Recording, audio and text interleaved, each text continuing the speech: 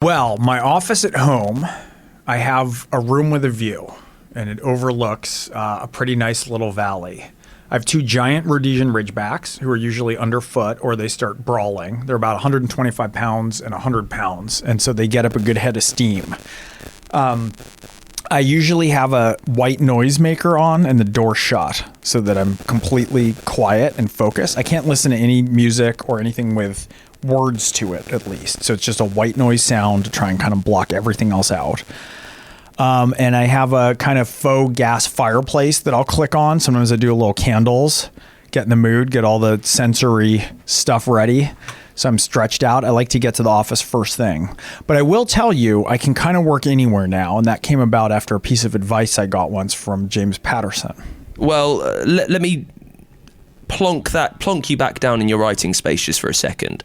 I'm fascinated by the white noise machine. At what point did you decide you needed this? You needed this to zone out and get in your story? That was post-children. Once I had children, I have great speakers in my stereo, so I just run it through kind of surround sound and put on like just white noise. And it works? It works great. But the whole office is, it like thrums with it's kind of like a hum. I think it's important to have all these different cues. You think about it before you do a sporting event, before you step into a yoga studio or into the batter's box if you're playing baseball. There's a bunch of routines, there's a bunch of ritual. I think it's the same thing. It's about trying to get myself into the right state of mind. So if there's a lot of cues for that, even like smell and sound and everything, then it helps me kind of leave my head and go right into the words. It's amazing. I've spoken to a lot of authors doing this. I've not spoken to many authors who articulate it so analytically like that, who almost compare it to stepping up at the batting cage at Wrigley Field or wherever it is, and you do these little things to let you know, right, this is here, you're there to work. What else do you have that just draws you back into that space? Well, if we're talking process a bit, one of the things I do is I like to leave, if I finish a chapter and it's close to the end of my writing day, I'll always try and start the next one, even a sentence or two, to just crack into it so that I can have somewhere to begin instead of at a full stop. And the other thing I'll do is when I first get back to it, I read whatever I wrote in the last session, and that gives me a bit of a running start. But everything for me is meticulous. Look, Orphan X is an assassin. He's got his 10 commandments, the 10 assassins rules. And the second one is how you do anything is how you do everything. And so I feel like if I can try to focus on every piece of it, if I can get my head clear, if I can get into that office before too much of the world intrudes on me, then I can be inside the story for the first thing. And if I have too many distractions first thing in the morning, it's harder for me to wrangle my attention span and focus back. Let me just chuck you back in your writing space. What is there directly around you? I'm talking perhaps photos that are inspirational, maybe framed books that let you know that you can do this, maybe something practical, post-it notes, a plotting spreadsheet. Is there anything like that going on? Well, I have a bunch of bookcases in my office that are built in. I have a fireplace, which I mentioned, which I often have on. I have a framed Time magazine with William Faulkner on the cover.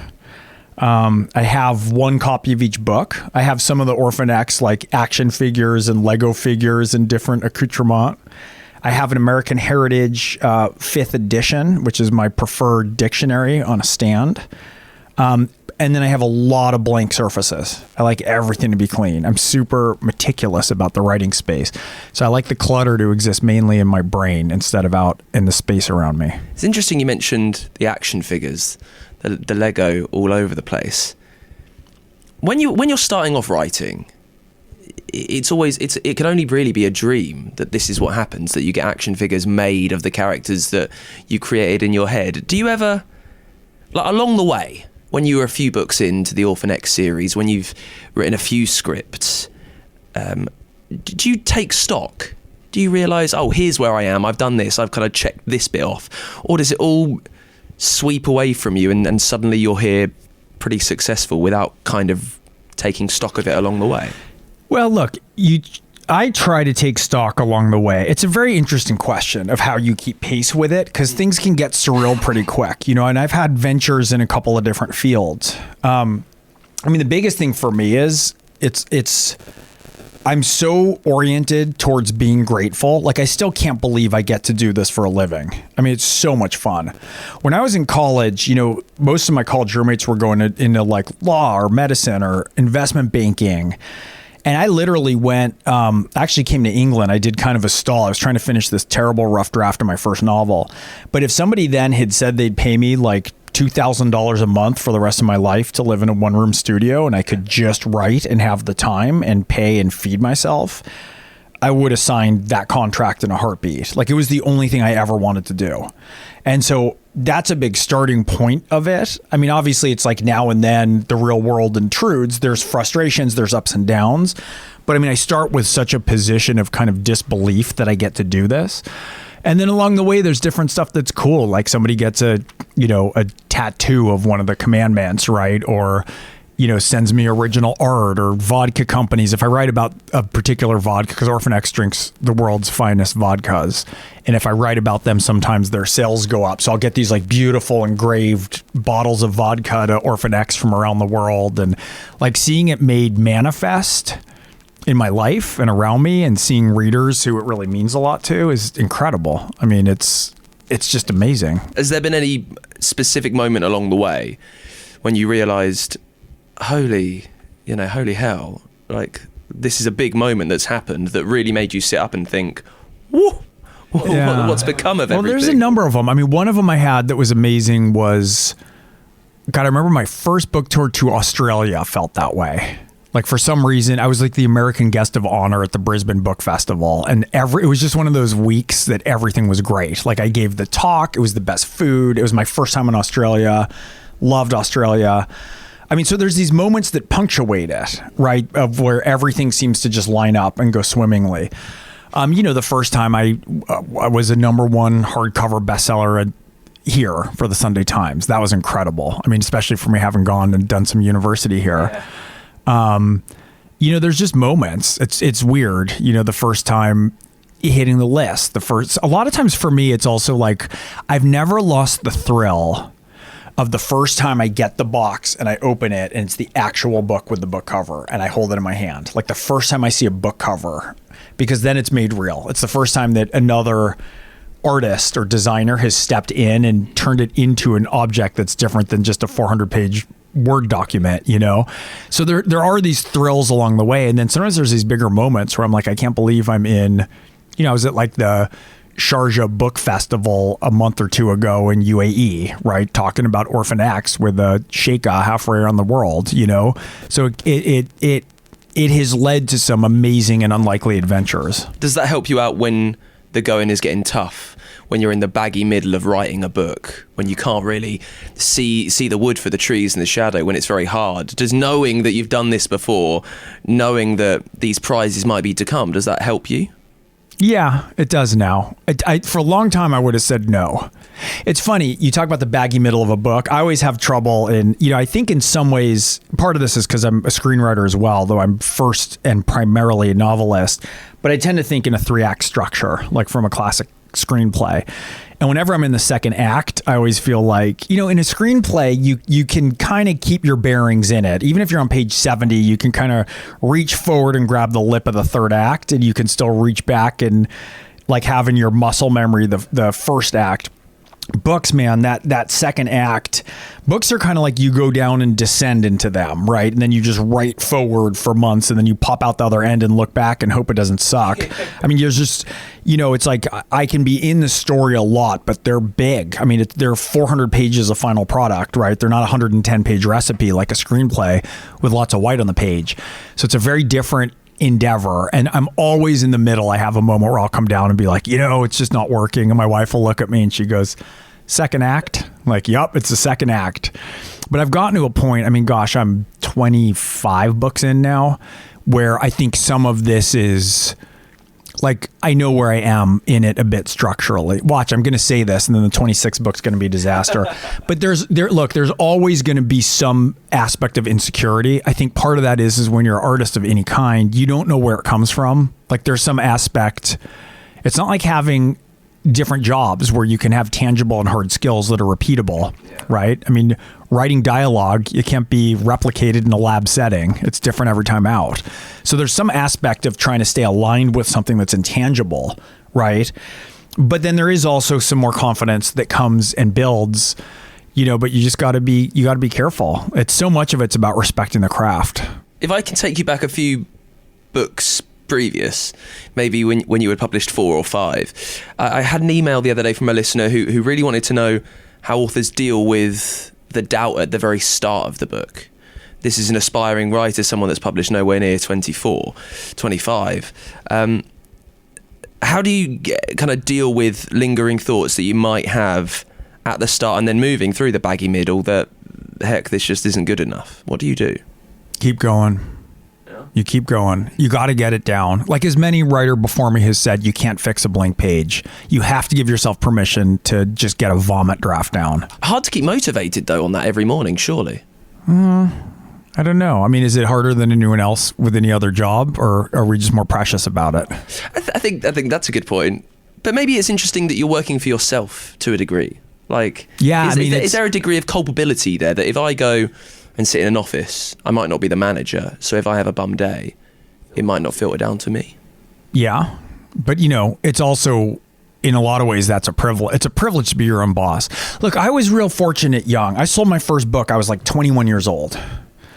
And I had enough. I literally did the math and thought, if I live on pretty much the salary that I told you at the beginning, how many months will I have that I'll get to write?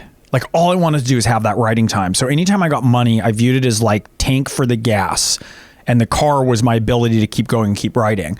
I mean, so my first 3-4 deals, all I did, I never ticked up. I bought a car that could run through 400,000 miles. I just was, what's all the time and effort I can put into just writing more. And, it was really hard for me. I'm more extroverted than a lot of writers. And being alone all day was tough. But when I got that first deal, I thought, look, this is the only thing I wanted for as long back as I can remember. I was 5 years old. I wanted to write novels. So now I have it. So what am I going to do? I said, no matter how hard it is, I'm going to write and treat this like a proper job. I'll write 8 hours a day. I'll get up, I'll have a schedule, and I'll put my mind to it. And it was hard to build that up. It's like building up muscle, right, for a sport or an exercise. But I felt like if I had that shot, I wasn't going to let it go without getting a lot of discipline and ritual around it. I'd like to ask you a question that I don't think I've ever asked anyone else. And it's just because you said something that you'd wanted to do this since you were 5 years old. This is all you've ever wanted to do. Now you are 24 books down, very successful. How much do you let all the other noise get in the way of you sat there writing your story, all the other business that comes in with it, all the other the contracts, everything else that bogs down any creative pursuit? You can answer this in as much detail as you like, and I'm sorry if I've offended you, but how much do you let that bog you down, the minutiae and the tediousness of the business of the thing? I think there was a period where it bogged me down more than I would have admitted, right? Where I'm because of taking out a pitch for TV shows. And look, I write I do a bunch of different ventures. And that noise of it, one of the hardest things to do is to sit and stare at the blank page, right? To make rough draft writing. And I always feel like that's the only thing that's work.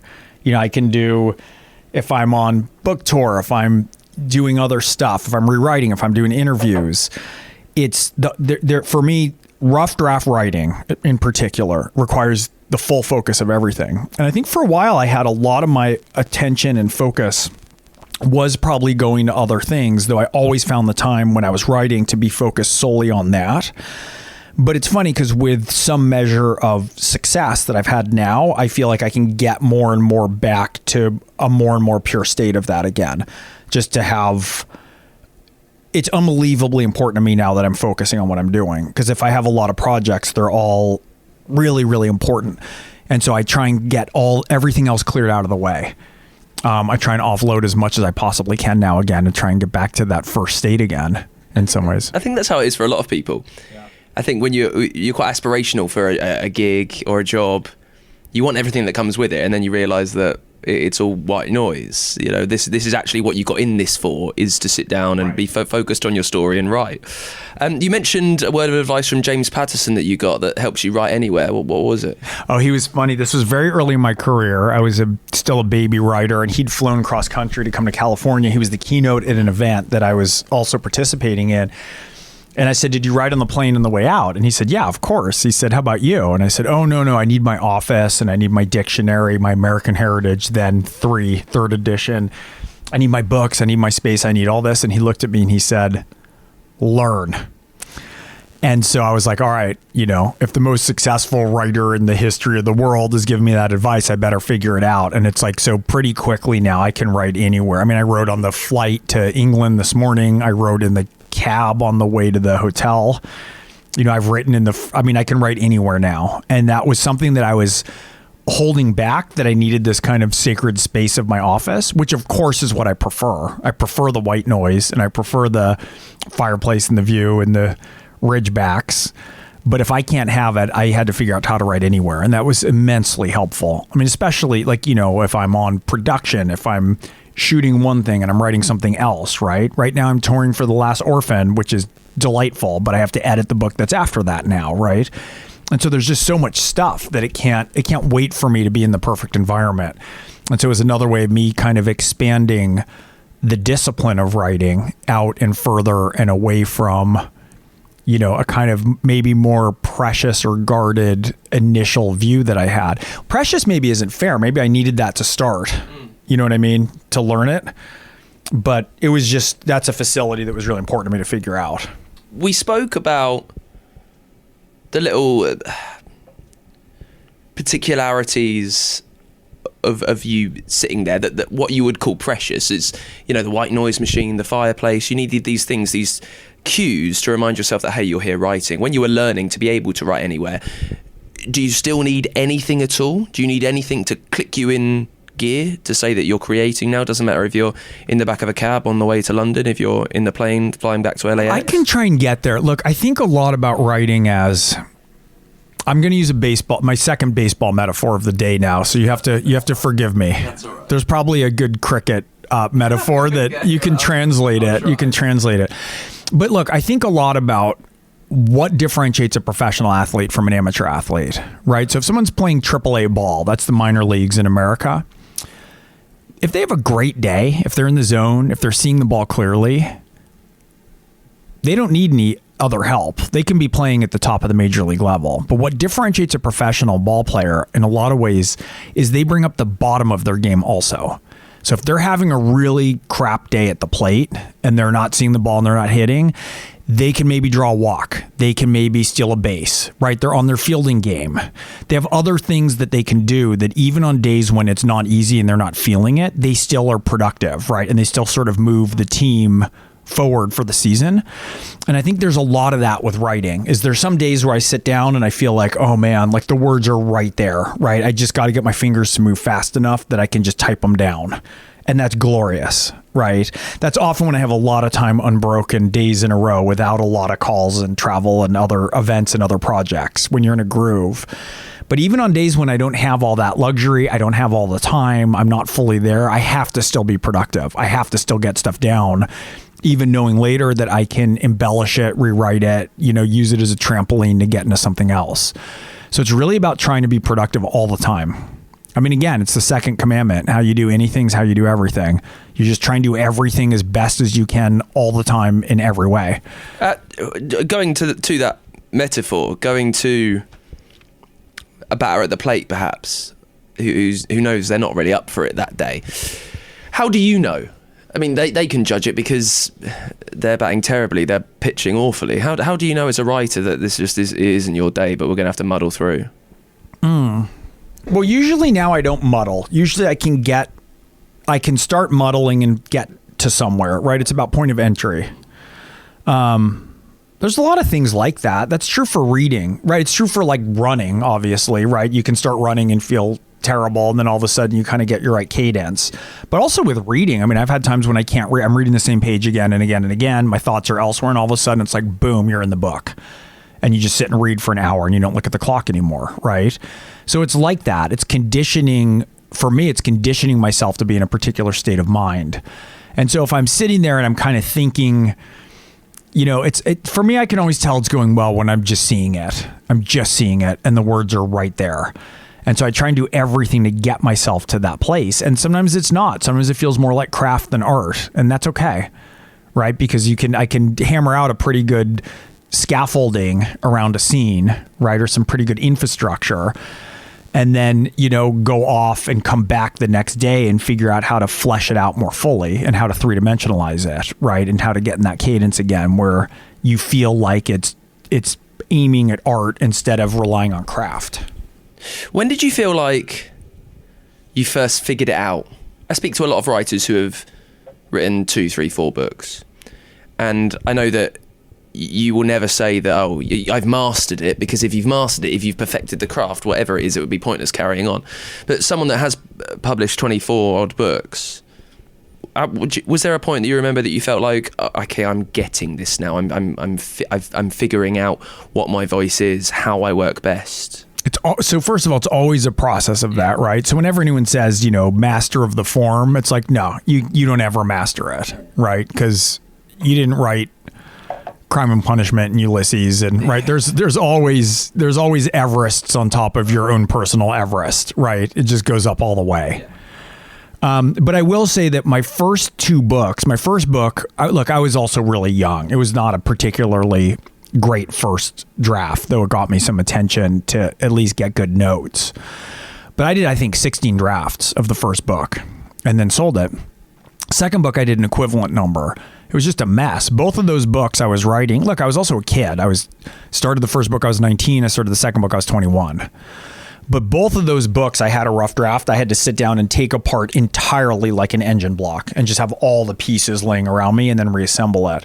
My third novel, I finished a rough draft that kind of resembled what a book should look like. And I'd say since then, my rough drafts have gotten pretty solid. I mean, I do a lot of rewriting along the way now, or, you know, thinking, but when I get through a book now, it's usually in pretty decent shape. In those first 2 books, do you remember, then when you got to the third book, do you remember learning along the way, like more considerately than you would do now? Because now, you know, you're writing Orphan X, you're doing quite a lot of different books. I imagine the learning isn't as much at the forefront in your mind just because you've done it a little bit. When in the first 2 books, you're thinking, God, I'm doing 16 drafts a piece here. What can I do to make this better? What do you remember learning? I mean, I honestly remember in that rough draft, in that shitty first rough draft, the end of every chapter was better than the beginning because of how steep my learning curve was in the process of writing it. I mean, there's no way to learn how to write a book unless you do it and you're screwing it up. You just can't. The fool precedes the master, always. You know, and I also try with all the books to stretch more and do something different. There's always learning. It's just more fun now in certain ways. Because back then I was like, how am I going to do this? And, you know, there's no stability. There's no security. You know, I needed help on every front, right? It's like that first draft, it was like, what needs work? Well, character structure, pacing, tone, vocab, dialogue, like all of it needs help. That's okay. Right? That's true of everything. And so I had to figure my way through. But now it's like, you know, I'm setting different kinds of sights. I want to evoke different kinds of emotions. You know, the Orphan X series, I'm really trying to do something in a thriller series that feels innovative and unique in a lot of ways. And it should always be scary. I should start every book thinking that I'm reaching for something I might not get. And, you know, it's like bite off more than I can chew and then figure out how to chew it. This next one might be unanswerable. I'm thinking about those little things that you learn and how much they could be a headline. If you understand, like I guess it's like the commandments, like, you know, the assassin's commandments. I speak to some writers who live by almost like a mantra of get as late into the scene as possible. I wondered if you had any very short, bite-sized like headlines of what you've learned about what makes your writing best that you could share. It's fine if you don't, because who sits there and thinks about these, but just if you had like a couple. Well, see, they're all different. So I'll give you a quick example, right? When you're doing a screenplay, obviously a lot of things have to alter from the novel, right? Novel, we know what people think. You don't want too much voiceover in a screenplay, in a movie, right? Because voiceover reminds you you're watching a movie, right? You want to maximize whatever the form is.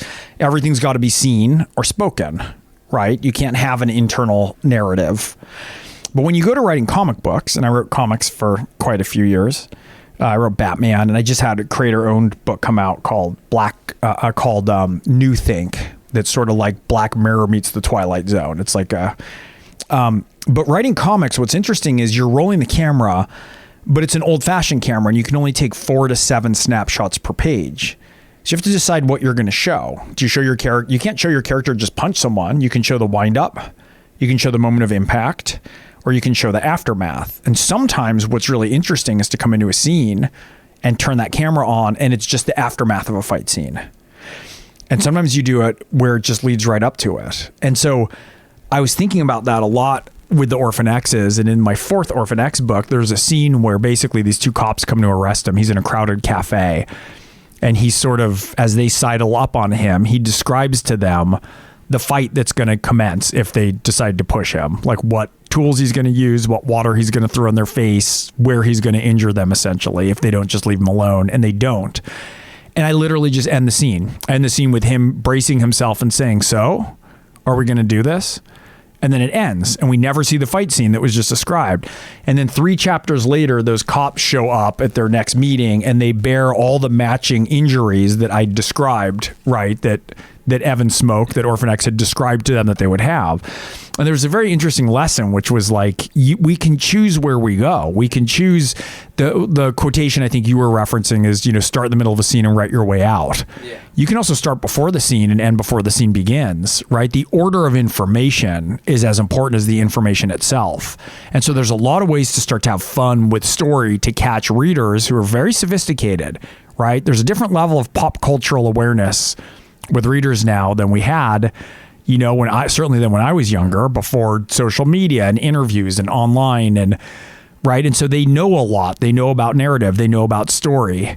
And so it's really fun to have that conversation of like offering your hand to the reader and having them come along because they understand some of those tropes. And that's where you can really start to play in ways that are fun. Talking about playing, is that half the trick for you now? Is trying to almost second guess your audience, but say you're setting yourself little writing tricks to say, we'll figure this one out, because if writers, as you said, readers, know so much now. Well, the key for me isn't ever thinking about the readers. The key is the first part of that, which is playing.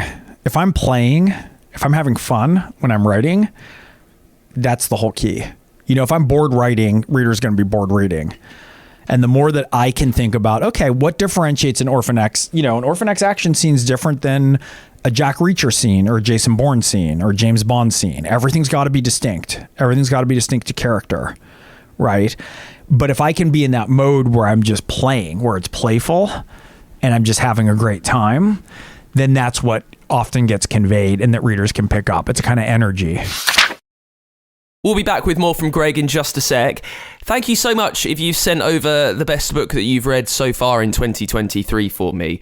For the last few weeks, we have been collecting a book recommendation list. I know it's coming to the end of February, so we're only a couple of months through this year.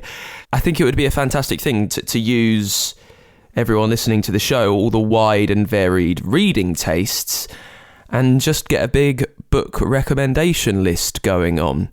So we've had a few that have been sent over the last couple of weeks, which I really, really appreciate. And you can see them all, actually. You can see the recommendations that we have so far over at writersroutine.com. I've stuck a brand new page that you can check out on the tab over there.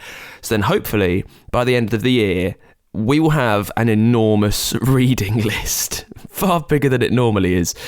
So I'd love to hear yours. You can send yours to writersroutine.com or it's writersroutine@gmail.com on a normal email. Pedro Oliveira's got in touch. Thank you for your kind words about the show, Pedro. Pedro says the best book they've read so far in 2023 was A.D. Miller's Snowdrops, released back in 2011. It has amazing insights into contemporary Russia's dark soul. Reads like a prophecy, given the current situation. We really can't say that we weren't warned. One of those ones, Pedro, that, it sounds like a fascinating read, The Dark Soul of Russia. But I don't know. If I'm being honest, I don't know if I'm ready to dive into that just yet. Maybe you are, though. I'll stick it on the reading list just in case you forget over on our website. Thank you so much for the email, Pedro. Also, Stephanie Sanders Green has got in touch. They just finished reading The Keepers of the House, a 1964 novel by Shirley Ann Graw. They highly recommend it. It's a generational story set in the American South that explores race, values, and hypocrisy. In part as a cautionary tale, the book is a Pulitzer Prize winner, and add it to your reading list, she says. I do love any book that takes me into the American South, especially one from 1964, so I'll try and pick that one up. It's called The Keepers of the House. Thank you, Pedro. Thank you, Stephanie. The Keepers of the House and A.D. Miller's Snowdrops recommended for you today.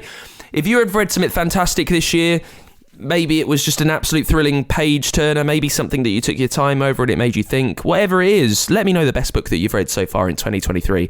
We're making a fantastic reading list on our website. That's where you send it over. Use the contact page at writersroutine.com, or you can fire off an email to me, writersroutine@gmail.com. Sending over your book recommendation isn't the only way that you can get in touch with the show. You can also join the writing community over at patreon.com/writersroutine. All it takes is a small pledge supporting the show, helping us carry on. For just a few dollars a month, I know times are tight, but whatever you can send our way goes an extraordinarily long way. You can get merch, you get our thanks, there is bonus content, and there is even a way for your book to sponsor this show, and it helps us carry on. It helps us keep bringing you these chats with the best authors around as often as possible. If you would like to make that happen, if you want to get involved and support the show, you can do that really easy. I'd love to see you there at patreon.com/writersroutine. Let's get back to it then with Gregg Hurwitz, the author of the Orphan X books. The new one is The Last Orphan with Evan Smoak. Back, the Nowhere Man is on the case for another mission, this time at the call of the president. We talk about the writing commandments that he's learned, what rules does he live by when he works, also why he dives full on into his research and some of the stories behind those, which are really, really fascinating. And we get back into it with the point of the show. And we're over halfway through and we've missed it so far. So let's jump into it with Gregg Hurwitz's Writer's Routine. There's a wonderful book by Michael Chabon, who won the Pulitzer for Adventures of Cavalier and Clay, and it's called Manhood for Amateurs. It's a wonderful collection of nonfiction essays. And he talks about, I think he has like 5 kids or something. He just keeps having kids. And he keeps talking about how he wants to get back to this perfect schedule in his mind of before he had kids. And then he had this realization where he's like, that's never going to happen again, right? Like your life just changes in certain ways. So look, I'm traveling a lot, right? I went and like great job. I helped write the opening ceremony for the World Cup in Qatar, right? Like amazing adventures that will move and disrupt what used to be, I'm in rough draft mode. Nobody talked to me from, 8 in the morning to 5 to 6 at night. And that's all I'm doing. And so the days stretch in a lot of ways. They stretch out of shape. They get interrupted. I'm on airplanes. Ideally, if I'm home and working, it's no contact. I literally go in my office. I take both phones out of my office. I give them to my assistant. I don't turn on my cell phone. I want nothing that happens, and I get to that desk. And if I can get 4 hours of straight writing before anything else happens in the morning, the whole rest of my day makes sense. I'll work out. I'll get other writing done. I can come back and revisit it. I can deal with calls and work stuff after. That's the best template. But a lot of the times I'm working, 12, 14, 16 hours a day because there's just other calls and pieces. But I would love right now a block of like just 2 months unbroken. Sometimes it just feels like if I could just have the like one story I'm working on and the time for it. That would, in some ways that's the dream. But as Michael Chabon was saying, when your life changes and gets more complicated, you can fight your way back to that, but it's just going to be different. So, I'm and that's also good, but I still need to clear all the decks. Like I just got to this place of being like, I can't have phones in my office of any kind. I can't have anything. I can't check email. I can't go on. I can't do anything that's online for the first chunk of the day now. That's just protective. That's protective to try and get back to where I was before. But also I'm never going to get all the way back there. And that's okay because I do have other incoming calls and responsibilities and projects and creative things to manage and things to produce and things to oversee. So it's about trying to maintain the necessity, right? To maintain that core of discipline and focus. In an ideal day, when you have managed to get 4 hours done before anyone intrudes. Is there an aim for that 4 hours? Is there a word count? Are you aiming for a particular point in the story? Not anymore. I used to have kind of roughly word count days, but it changes. Like I might find a flaw in the manuscript and spend the whole day going back and trying to retrofit and untangle it, right, to get to the place where I am. I've had days where I'm just kind of laying map for a bunch of stuff that's forward. If I'm writing well, really writing, I can have pretty chunky days. I can get, 5,000, 8,000, 10,000 words in a day if I'm really, really moving. Are you concerned about the quality of those words? We spoke earlier on about playing baseball, and maybe a batter is just picking up the shorts of his game because he knows the main things aren't that good. Are you concerned at all about the quality of words, or is it just let's get what we can done and then we'll fix it later? Usually when I'm writing really fast, I'm writing well. It's like, don't worry about me if I'm writing fast. If I'm writing pretty slow, then usually that's where there's a problem, which is interesting. But like towards the back end of a book, I mean, I've had streaks where I write it. I wrote a quarter of a novel once in 3 days. I just didn't leave my desk. I left my desk to eat, shower, grab a couple hours sleep. But it was like harder for me to not be in the book than to be in the book. And that was a great burst. I was wiped when it was done, but I wrote like 33,000 words in 3 or 4 days. Do you try and get to a point now where that doesn't need to happen? If you know that you need to get a manuscript done in 1,000-word manuscript or whatever it is, 100,000-word rather manuscript done in a few months, do you like to slightly plan to make sure that you... Well, I do plan. That wasn't a deadline. I was way ahead of deadline on that. It's just what was coming. It was just focus. No, I love when that happens. I love when I can't think about anything but writing. That's great. I wish that would happen more. When it doesn't happen, though, when the words are struggling to come out, what do you do? Have you learned any tricks along the way that slightly greases the cogs of potential writer's block? Well, we talked about the cues. I talked about starting with a running start, go back and read a couple chapters before. I can usually get the words. I don't really get writer's block, right? I just have...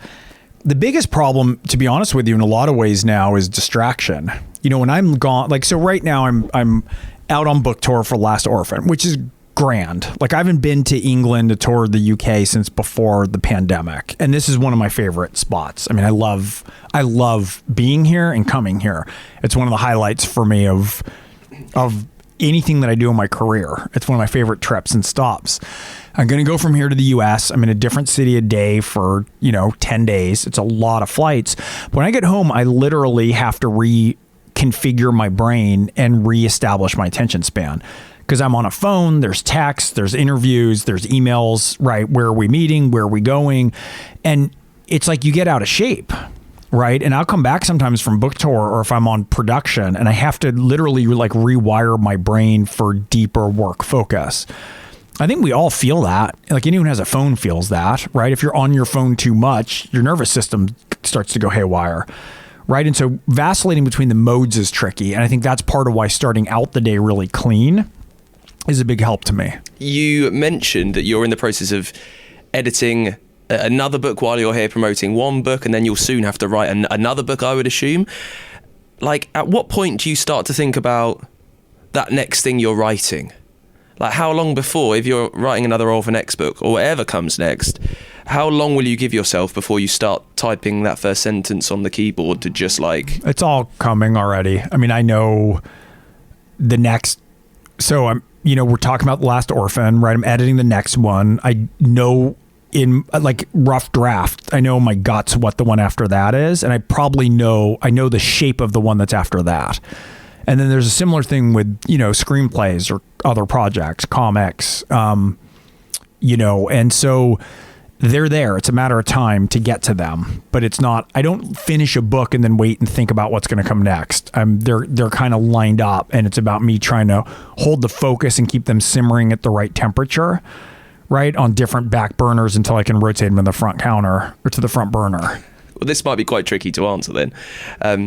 If you've got this always going on in your head, what do you remember about the first moment that what became the story for The Last Orphan came into your head? Do you remember the kind of kernel that it presented itself as to you? I always thought about, so Orphan X, was pulled out of a foster home by the age of 12. He was trained to be an assassin. But his father figure, who raised him kind of in isolation. He had one-on-one training with mixed martial arts experts and, psyops. He was drown proof. Like, he was just put through this insane training. Also learning different languages, etiquette from different countries, all the things to make him disappear, all the things to make him, I call him he's a blue collar Renaissance man. And Jack Johns, his handler and father figure, says to him when he's 12, when he first gets him, he's a scrawny little foster home kid, they got him because he's an expendable weapon, right? If he gets killed somewhere, no one's going to miss him. No one's going to ask for him. But Jack really loves him. And Jack tells him the hard part isn't going to be making you a killer. The hard part is keeping you human. And that's a sort of collision course that he's been on, because that makes it impossible. It would have been easier if he was a true believer. But being an assassin and being a human. And so that's a lot of what undergirds the story. And at some point before even the first Orphan X book, he's left the program because, he discovers that you can't become human and be executing missions on behalf of ambiguous moral orders, right? So he basically becomes a pro bono assassin, right? He's got a 1-800 number, 1-855 to nowhere. It's encrypted. People call him if they have nowhere else to turn, and he will help them. And, and by the same token, he's off the radar. He fled the orphan program. So he's out on his own and they're hunting for him. And I always knew at some point, I've had this in the earlier books, where the past doesn't just catch up to him, but the past overtakes him. And I knew in this story that he would be overtaken. I knew that he's established his own code. He's sworn to only commit or to execute missions that are aligned with his own moral compass, as I said. And there's a massive, massive manhunt operation. And the president of the United States manages to get him, bound and gagged and secured, and say to him, it's either your life or you commit one more mission for us, because there's a mission that only he can do under his old designation as Orphan X. And so he has to choose now. It's between his code or his life. So is he going to uphold the code that he swore he'd live by? Or is he going to die? Or is there a third way? Is there something else he can do? And that was the kernel of the book. There's a lot going on. It's amazing. We spoke about how busy you are. You've got to leave time to do research. I've heard that you are quite one for diving into research properly. Why is that important to you? Why, instead of reading about what Navy SEALs are up to, do you feel like you need to get out there and do it? If I experience it, I can give the reader a front row seat to the action in a different way. So before I started writing Orphan X, I shot all the guns he gets on, from, Benelli combat shotguns to custom 1911s. I trained in mixed martial arts fighting, which is not to imply I'm any good at it, but I got thumped around pretty good. And, when I'm put in a chokehold, pain feels differently in different ways. You've been hit in the face by a ball or a fist or an elbow at some point in your life, and face pain feels different. There's a different quality to it than pain anywhere else. Well, likewise for almost anything. To be in a chokehold, the properly administered chokehold from a trained fighter, there's a kind of claustrophobia that sets in. There's a way that you're caught in a quickening vice.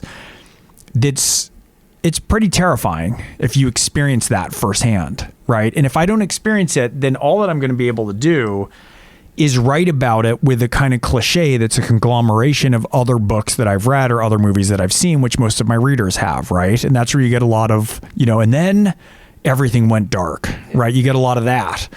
And what I want to do is find all those details, those little moments of verisimilitude where I can lay something down on a scene and it just feels like the reader's right there. And it helps me carry them across the suspension of disbelief into this fictional world where they feel like they can believe it. And often that involves me having to go and do something firsthand. Does that affect then what you could write in the future? Because not that you are going to, but if you suddenly fancy turning your hand at a proper fantasy novel or something mystical and magical, much harder to do research for that authentically. Yeah, I mean, I'm not going to be able to ride dragons, but there's a lot of other ways to have an immersive experience, right? And you just pursue it. Look, I've been up in stunt airplanes. I've gone down class 4 whitewater rapids in the Amazon forest. I've gone undercover into mind control cults. I've swam with sharks. Oh, yeah, I wanted to ask about the mind control cults. That's amazing. How do you? This will probably be the last question. like, I want to know a bit of the backstory of that. How did you get to go undercover? How did you send the email? What the good goes on? news is everyone asks me that who does not live in Los Angeles. Oh, right. If you live in Los Angeles, I was researching this, and one of my friends who's an actress called and was like, hey, I want to invite you to this very special event. I was like, what's it about? Like all the buzzwords, right? It's just about taking things to the next level. I was like, oh my God, I know what this is, right? What's the next level? Well, you really have to get in touch with your, next best self. I was like, sign me up. I'll be there. And so I went to this kind of like 8-hour lock-in training facility. I submitted to some cult testing. I did a lot of research into mind control cults, the properties of persuasion, psyops, right? How they're administered and what the techniques are. It's amazing. It was captivating. That's incredible. And this will be lastly, because this is down to the writing. That's what people are in it for. How much do you know about the book before you sit down to write? Do you know how it ends? When does the next chapter come clear to you? By the time I'm writing, I usually have a pretty decent view of the book. Like, do you know those indoor rock climbing walls? Have you seen those? So a lot of times before I write, I need to know there's enough like kind of holds to get me across the wall. The wall's the novel, right? I know there's a big chunky scene or chapter or somewhere in the second act, let's say. I don't know if I'm going to get there with my left hand or my right foot, but I know it's going to be there for me in the second act, right? To move me to the third. And so it's sort of like that. I have to know enough chunky handholds for me to get across the story. And then they tend to reveal themselves as I move into position to contemplate my next move.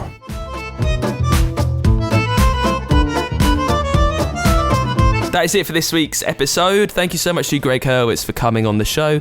That new book is The Last Orphan. It's one of the Orphan X books, the newest one, and it is out right now. Thank you to Gregg. I know he was very busy very busy when he was in the UK, so thank you for sparing the time to come on the show. Next week, we're chatting about another spy thriller, really, which I guess is a kind of assassin. Ava Glass is on with her brand new spy novel, The Chase. It's all set in a couple of days. It's a whirlwind, a thrilling ride. It crosses from country to country. You can hear all about it with Ava Glass next week on the show. Until then, support the show, patreon.com/writers routine, and do make sure you send over the best book that you have read this year for our book recommendation list, our reading list over at writersroutine.com, or you can use the email in the normal way, writersroutine@gmail.com there. You can give us a follow on Twitter too, @writerspod, and I will see you next week with Ava Glass. Until then, bye.